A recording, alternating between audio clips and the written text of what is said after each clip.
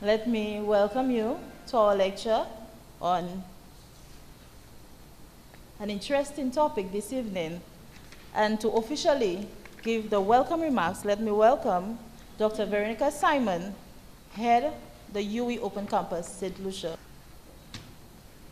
This is a lecture that should have happened last month. It was originally scheduled for last month, and I know some people were very disappointed that it didn't happen. And this was long before we knew that we would have had elections. So it was unavoidably postponed to tonight. But I believe that perhaps this was fortuitous, since it probably fits in much better to this post-election period, don't you think? Yeah, first of all, everyone is still very much in post-election mode. And secondly, this last election saw an unprecedented number of female candidates vying for office.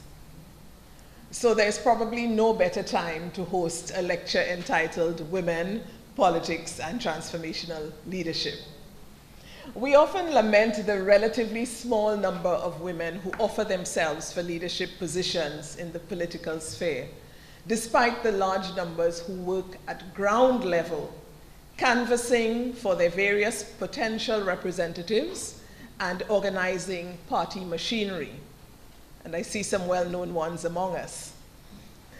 Perhaps Dr. Hossain will have answers as to why women are found primarily in supportive and secondary roles in politics. We also hear all the time that each successive government has more in common with the last one than the electorate would have wished. And in fact, a number of St. Lucians do not vote because they are unable to see the potential for transformational leadership in any of the options before them.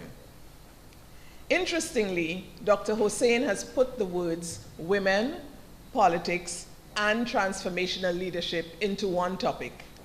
And I am tempted to think that she is definitely indicating that there is a logical connection among the three. Perhaps we should suggest that she makes a similar presentation on the Hillary Clinton campaign trail, since the US seems to be suffering from the same cynicism that characterizes many Caribbean people with regard to transformational political leadership. Of course, as is reflective of our mandate as the leading university in the region, and one which has produced many great minds and thinkers of international acclaim, the UWI continues to foster an independent intellectual environment wherever we operate. And we operate in 17 Caribbean countries. These are our supporting countries.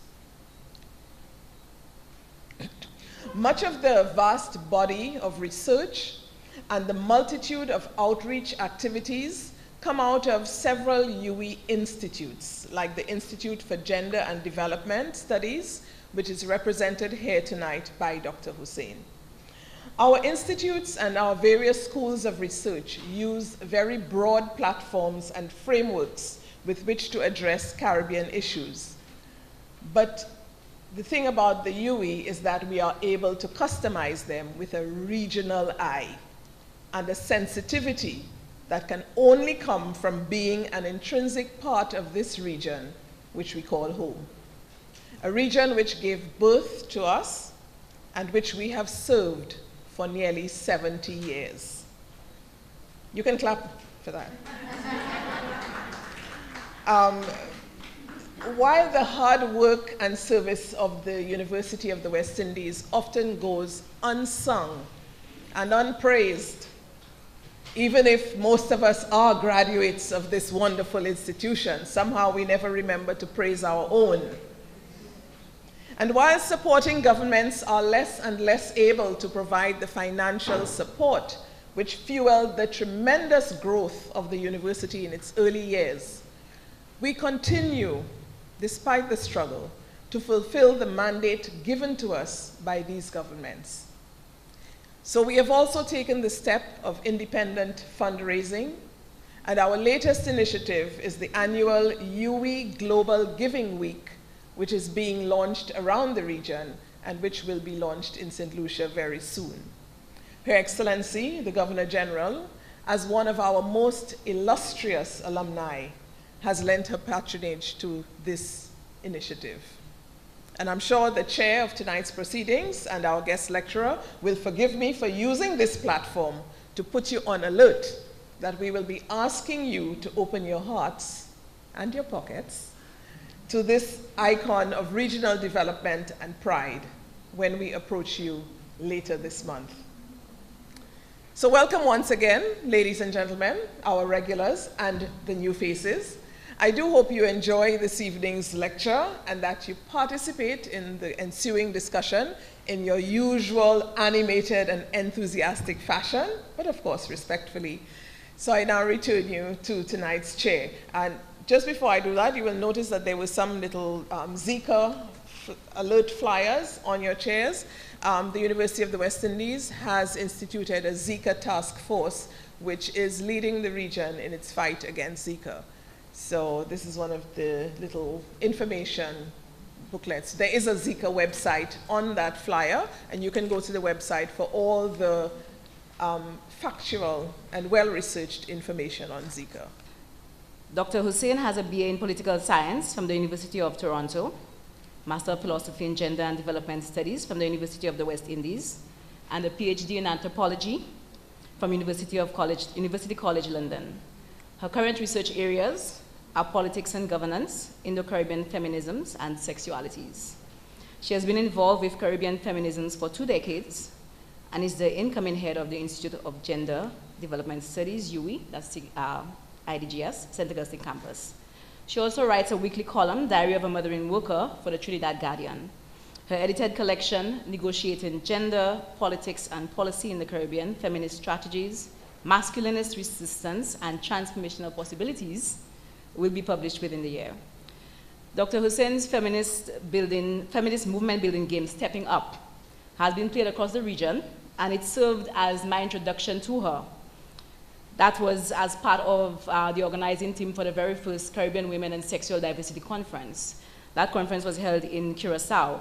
At that time, the game was introduced to participants who were very enthusiastic because we were playing a game and exercise that was created by a Caribbean academic. We started off enthusiastically, but very soon confusion ensued. I actually got to meet Dr. Hussain subsequent to that in 2015. It was the 11th cycle of the Caribbean Institute in Gender and Development Studies, that's CIGAD, and also at the 3rd Caribbean Women and Sexual Diversity Conference last year. On both of these occasions, she presented the game, and again, confusion. But what seemed like confusion at the time was actually just learning, because the game itself encourages self-examination and the interrogation of sexism, patriarchy, homophobia, youth development, community empowerment, and leadership, among other intersecting issues. And I expect no less tonight from Dr. Hussain's lecture on women, politics, and transformational leadership. So please help me welcome Dr. Gabrielle Jamila Hussain. Thank you to the UWI Open Campus for bringing me to St. Lucia. I would also like to thank you, tonight's audience, for your interest in transformational leadership and your sense of its necessity. In 1995, when I was only 21 years old, an older feminist, older then but probably my age now, took me to a meeting with Hazel Brown and some other women. They were sitting in a small circle amidst afternoon breeze coming through burglar-proofed windows and were beginning to put together a women's manifesto, then called the 10 Points to Power Action Plan, the first of a series developed at every election. Over the years, I learned a great deal from additional campaigns, such as the 50-50 campaign, not only to increase the number of women in politics, but also their numbers on state boards and parliamentary committees, the Put a Woman in the House and engendering local government campaigns, and the promotion of a women's political platform at election time, as well as a cross-party women's breakfast. The 2 decades of activity since my own introduction came on the heels of earlier decades of women's engagement with politics to not only increase the numbers in relation to women's political leadership, but also to increase the responsiveness of political leadership to women's rights as a central part of both governance and development. Over this period, I also came to learn about the struggle for quotas, thus far only successful in Guyana, and the trainings of the Caribbean Institute for Women in Leadership, and even today's 51% coalition in Jamaica. What is there to learn from all these efforts as we continue to advocate and hope for transformational leadership today? My talk tonight on transformational leadership draws on research findings of the Politics, Power, and Gender Justice Project, which sought to examine women's understandings of politics, experiences of political contestation, and the possibilities for gender transformation. I conceptualized and led this project between 2011 and 2014. So what is transformational leadership?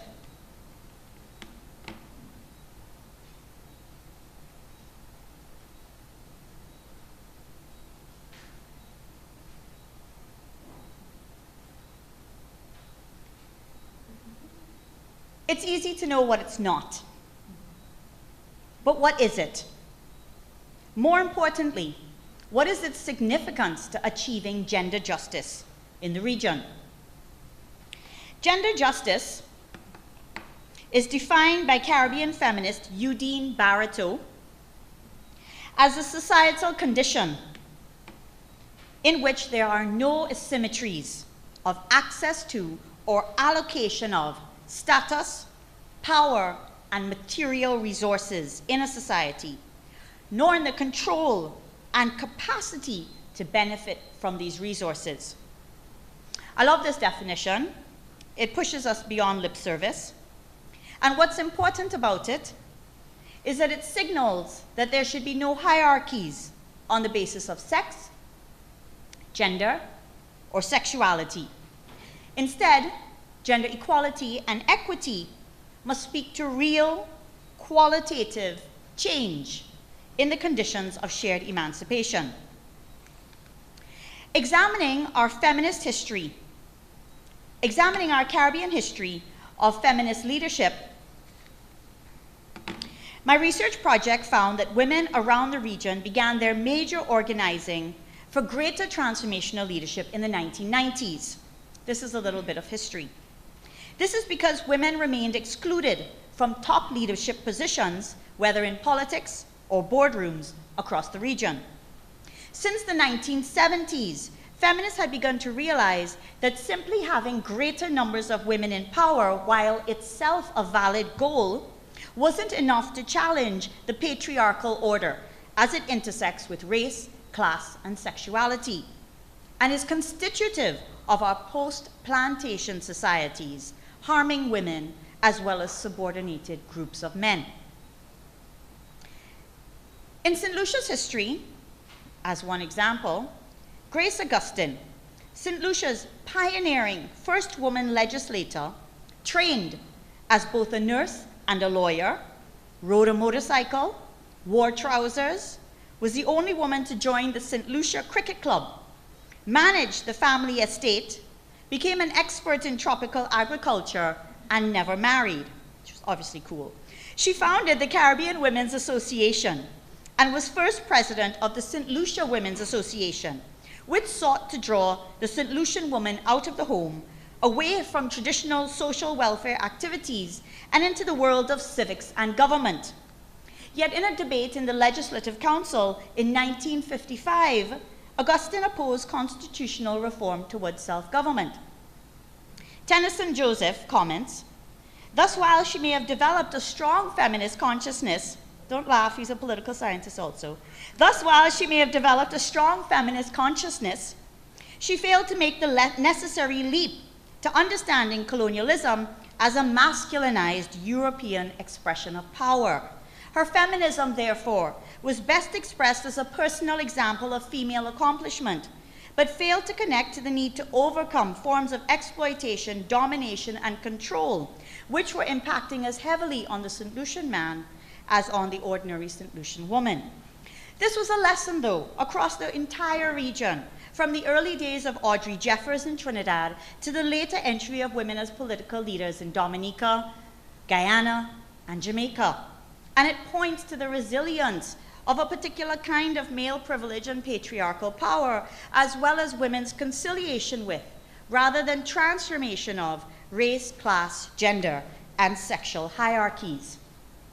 Back to the 1970s and 80s, the Women in the Caribbean project, led by Jocelyn Messiah, gathered data between 1979 and 1982 and increased feminist understanding of the oppressive conditions of women's lives.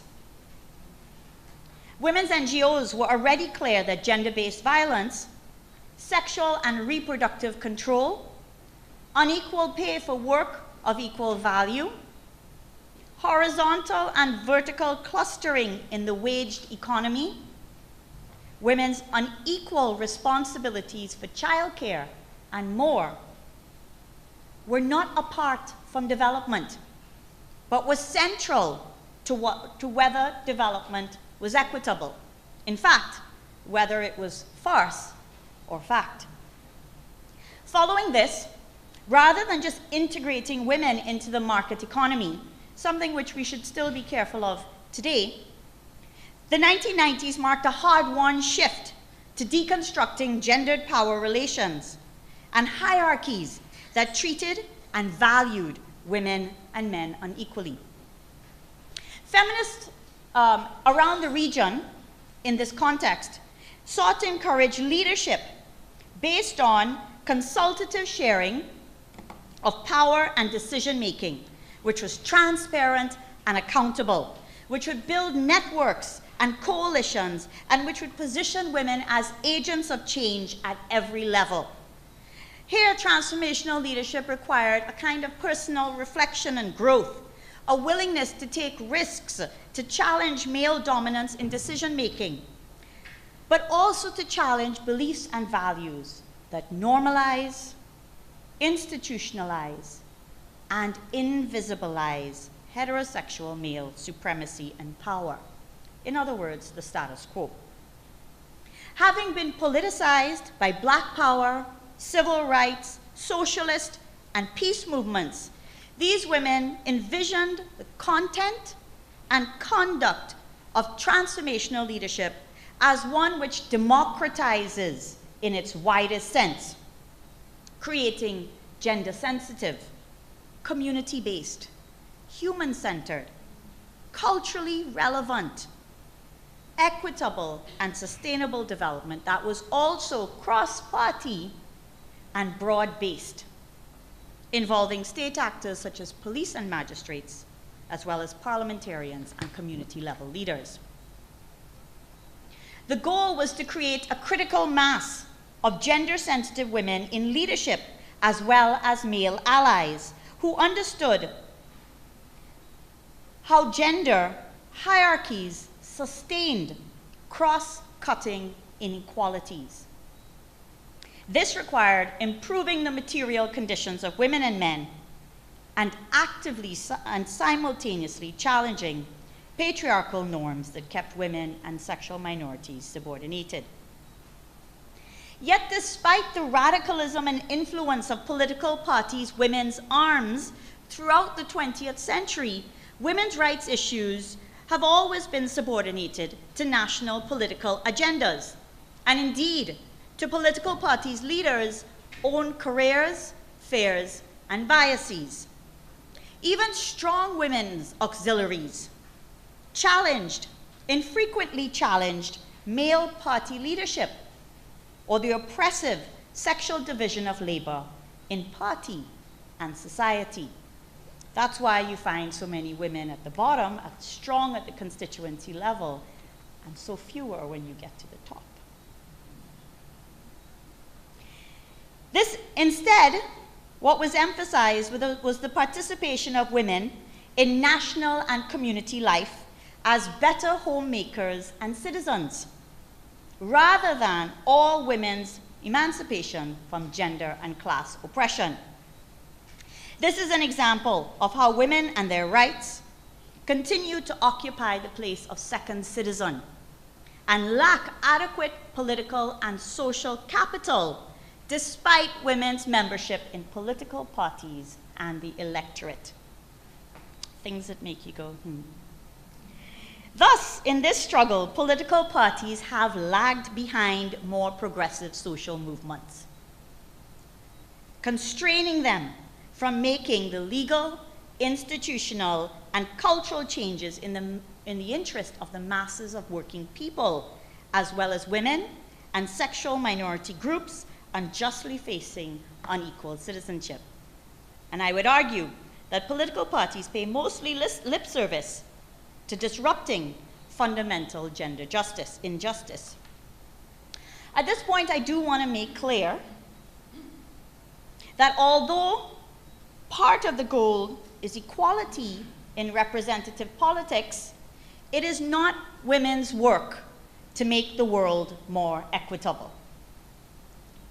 I would argue that it is everyone's, but I would go further and argue that it is particularly men's, and particularly men in leadership, given their status, power, access to resources, debt to more than an old boys club for their success, and the historical role of politically elite men as gatekeepers.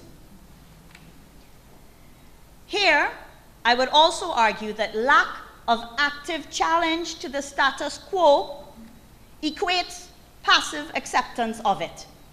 So that saying that one or one's party is not actively oppressive doesn't let you off the hook in the context of embedded historical and systemic inequalities. As the Vice Chancellor of the University of the West Indies, Hilary Beckles, cautions, ongoing projects of nation-state building that promote allegedly gender-free notions of nationalist cohesion should be contested and unmasked as skillful projections of modernizing masculine political power. Given this, scholars have argued that what we end up with, the welfarist modus operandi of what you are doing for women, cannot substitute for addressing the more critical question of how are we creating systemic change for women. So let's talk about masculinist resistance. Now, by masculinist resistance, I don't only mean men or masculine. I mean those, which could include women, that are operating according to an ideology in which women's equality, equity, and rights is not fully taken on board as a commitment. What does the picture around the region tell us? Women remain numerically unequal in positions of power throughout the region, including in St. Lucia in 2016, despite their greater investments in tertiary education over the last 20 years. More things to make you go, We also know that women who defy the limitations of patriarchal party orthodoxy, like myself, pay a high price through marginalization and removal from ministerial posts, party positions, or candidature. This is why they won't let me in. This affects their ability to both climb the political ladder or maintain position, and simultaneously challenge systemic sexism and homophobia in and out of their parties. Am I right? Women parliamentarians themselves express empathy for the gender agenda, but become occupied with surviving the male-dominated environments of parliament and their political parties, with many noting that inexperienced men could be recruited to top political leadership positions, given access to party patronage, placed in winnable seats, and mentored by veteran males ahead of women with years of experience in party work. Am I right? Women often point to the lack of financial support for campaigning as well as, of course, lack of family support systems to allow time for political participation. And we all know much campaigning happens on a weekend, on Sundays, and a pervasive culture of clientelism driving the political system, as well as widespread defamation of character, which typifies the campaign process. It's particularly lonely for women the higher they climb in government, something us in the women's movement feel little empathy for, but which in fact is a reality that we need to understand. Women are especially criticized and judged for their appearance and dress rather than the content of their leadership, an attack I know you are familiar with in St. Lucia. What we can say is that regional governments have preferred to seat women as ceremonial heads of state, as governor generals, and in positions such as president or vice president of the Senate or speaker of the House of Representatives, appointments that carry little decision-making power. And even when there are quota systems, women's activists feel that elected women have little or no contact with the women movement and do not advocate for women's issues unless they favor their political parties. Particularly with regard to quotas, and this is an important lesson from Guyana. The problem is one of seeking gender justice in a context where the struggle for women's empowerment has already been delegitimized by a pervasive myth of male marginalization, which positions men as the disempowered victims of women despite all statistics to the contrary.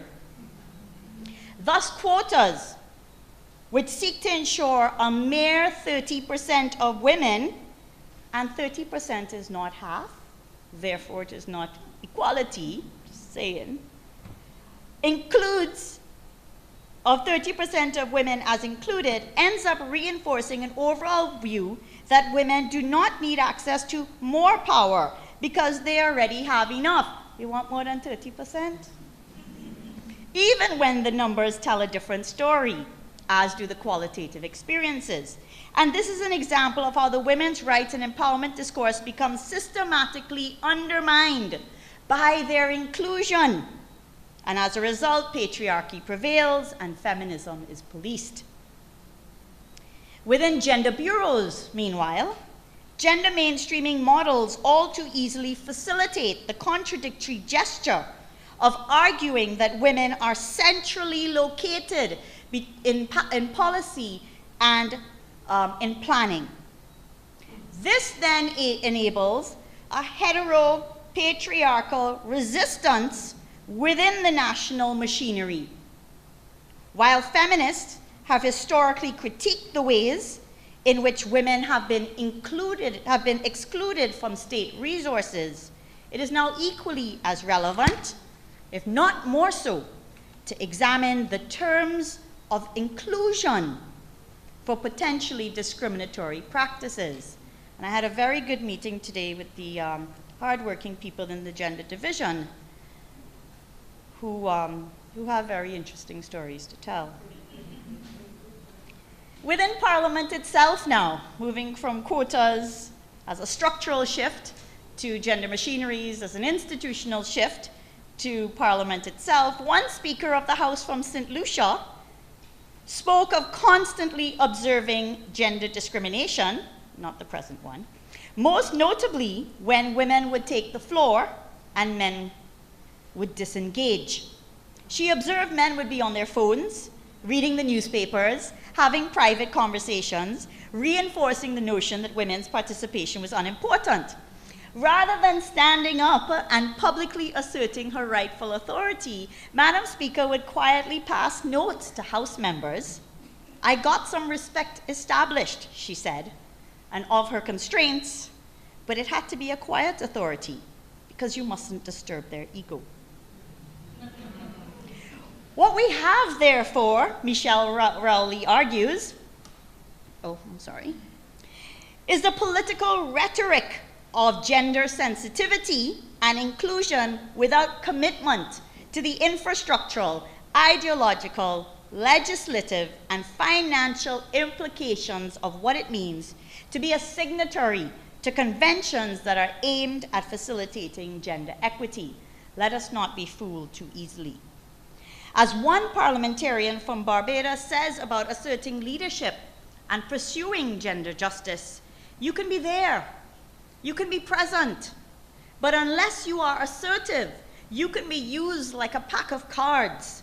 They shuffle you around, they tell you what to talk about and all that.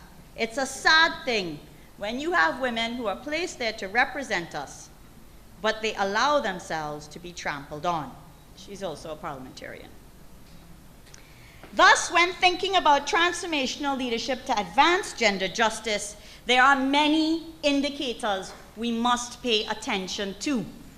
One, the extent to which inequalities reproduced by legislation or policies are challenged by women's arms of parties and women and gender affairs bureaus and male allies.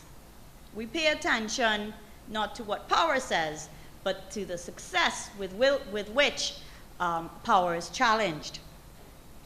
We should pay attention to whether women have autonomous spheres of influence over policy determination in areas directly affecting women, and the extent to which party decision-making has been democratized within the party rather than held by small groups of elite women.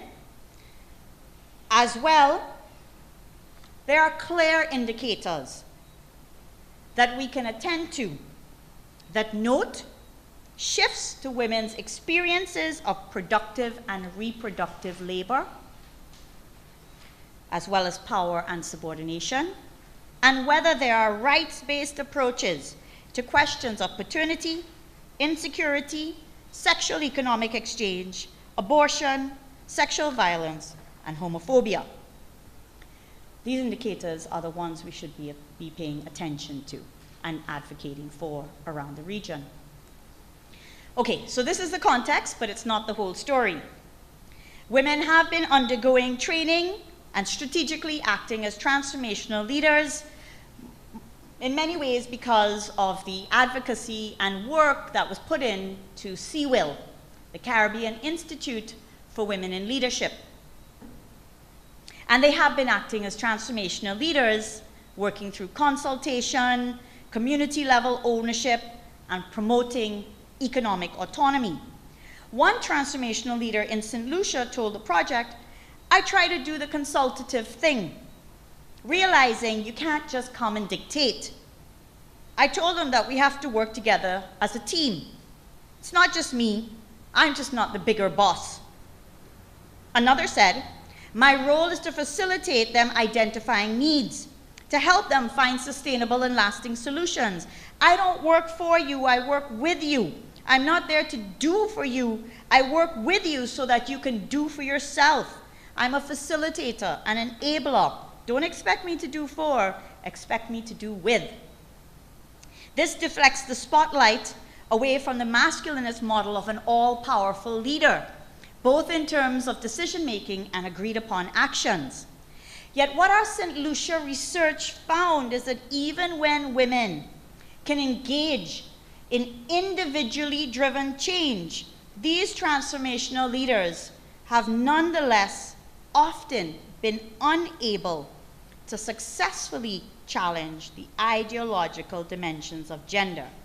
That is, the tenacity of sexist beliefs and values. In some part, this is because their starting point for looking at and understanding gender equality differs from a feminist perspective. They take an egalitarian approach, which treats everyone as human. And this is, of course, valid. But what's missing in the balanced approach is consideration of the unequal gendered power relations that prevail. And by ignoring the active and collective change to patriarchy that's required, larger masculine patriarchal systems can contain just how far these transformational women leaders' efforts can go. These women hit direct and diffuse sexism and yet have not managed to build or mobilize a wider feminist movement to support them collectively. Yes, women and men should be trained to press for rights for all humanity, including the most marginalized groups, but to do so as if the playing field is not completely imbalanced is to fall into a neoliberal paradigm of individual empowerment that eschews the absolute centrality of mass-based movements, in this case, feminist movements of women and men, who understand that a gender-neutral approach can end up avoiding the reality of power. Lynette Vassell, Jamaican feminist, asserts that many Caribbean women do not feel comfortable identifying with a feminist ideology because it's not seen as being sufficiently inclusive. Yet this discourse is the only one that provides a lens to the transformation of power that must occur beyond the individual, recognizing rather than denying that some of us remain more equal than others, materially and ideologically across every sphere of life. So I would argue that we need a stronger focus on a Caribbean feminist analysis of patriarchy and what it means for building collective movements around how gender permeates the everyday lives of women and men, as well as what is required to institutionalize strategies for change rather than having to individually pursue them, which, if you're in that work, you know comes with a particular kind of exhaustion and harm. My talk tonight was defined by two quotes. The first, by Eugene Baratow: because women who hold power are generally resented, and women and power have an ambiguous, uneasy relationship, women's leadership occupies a contradictory political space. Women who are leaders exist and operate in the borderlands of power. They are within the paradigms of leadership because of the positions they hold. Simultaneously, they are on the borders because ideologies of gender encode their sex to be the objects of power and not the initiators of decisions. It's still possible to step out of line as a Caribbean woman today. Who knew? On the other hand, to quote Dame Doris Louise Johnson of the Bahamas, we do not wish to be regarded as rebellious, but we would point out to you that to cling sullenly or timidly to ancient, outmoded ways of government is not in the best interest of our country. I love these radical older ladies. So I can make recommendations, as I conclude, for codes and conduct, gender perspectives on policies, budgets, and bills by both women and men, full critique of the resilience of patriarchal power. I recommend cross-party caucuses of women, for somehow the condition of women is surely more a source of commonality than the color of our respective parties. And there are other recommendations one can make. For example, in Canada, they changed the hours of Parliament so that they don't run late into the night, operating at odds with family life. But it isn't the recommendations I want to leave you with, and I haven't attempted to say new things tonight. Far from it, I want to remind you of what you already know. And what you already know needs far more political and collective will.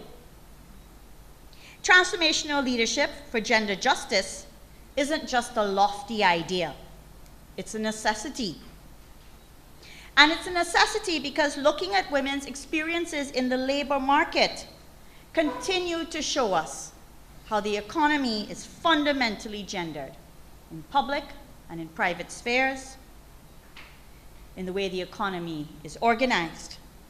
For example, as the world conditions get more severe, as we are in a global recession, we know that women often devise survival strategies for their families using their unpaid time and labor to absorb the effects of economic crises, such as industry shrinkage, higher food prices, or prescriptions for debt reduction. More than men, women continue to perform uncounted, non-unionized, unwaged, home-based labor, have greater responsibility for care of children, the disabled, and elderly, particularly where health and social services are inadequate, and continue to predominate in the 5 C's: caring, catering, cashiering, cleaning, and clerical work. And when traditionally male-dominated jobs are lost, these women become even more vulnerable to poverty and relationship violence because of their economic dependence. When women take work to make ends meet, they may experience the absence of a social infrastructure permitting them to combine work with family life. And when they cluster in service sector and informal jobs often considered less skilled or valuable than hitting a bat with a ball with a bat, it's highly exploitative and features low wages, poor working conditions, and little opportunity for advancement. In this context, economic prescriptions that do not take gender into account will simply reproduce an asymmetrical impact on women and men because they have different relationships to labor, reproduction, production, and power. Transformational leadership for gender justice is therefore not just about getting into power. It's about how we use power to expand an egalitarian experience of social, economic, and political life, recognizing that our economies, just like our political cultures, are built on women's subordination. In this sense, transformational leadership for gender justice is the quintessential Caribbean struggle, led by women like Anna Kaona, Victoria Montu, Sanité Belair, Marie-Jeanne Lamartinière, and Cécile Fatiman of the Haitian Revolution, Queen Nanny and the Maroon Women of Jamaica, Celia Sanchez, Vilma Espin, Haiti Santamana, and Melba Hernandez and the Mariana Grajales Brigade in Cuba, Jackie Kreft of Grenada, the recently assassinated indigenous woman Berta Cáceres from Honduras, and the women who have been fearlessly advocating for the rights of LGBT citizens here in our midst today. Struggles continue, yet change is always possible. Transformational leadership is the quintessential Caribbean struggle. It is not achievable without gender justice beyond lip service. The real question is, how committed are you to a vision that many have lived and died for? It is that answer that will make all the difference in the world. Merci. A very special thank you to Dr. Gabrielle. I believe that the knowledge that you've shared here today have really impacted us, and it is evident by the stimulated discussion. Truly, I believe that women have a role to play in politics and transformation leadership, and it's that integrated approach that will lead to development. We also want to thank you for sharing a special moment, and I guess the invitation is extended tomorrow morning at 10 a.m. right here at the Open Campus to interact with Dr. Gabrielle. To Dr. Veronica Simon, head of the Open Campus, we say thank you for your warm welcome. We also would like to thank the staff of the UWI Open Campus, our moderator for tonight, the guild members, and the alumni for the contributions. To everyone who attended, we say thank you very much. To the regular faces and the new ones, we appreciate your company as we aid fruitful discussion, because these discussions are where new ideas are butted and development takes place. Once again, we say thank you.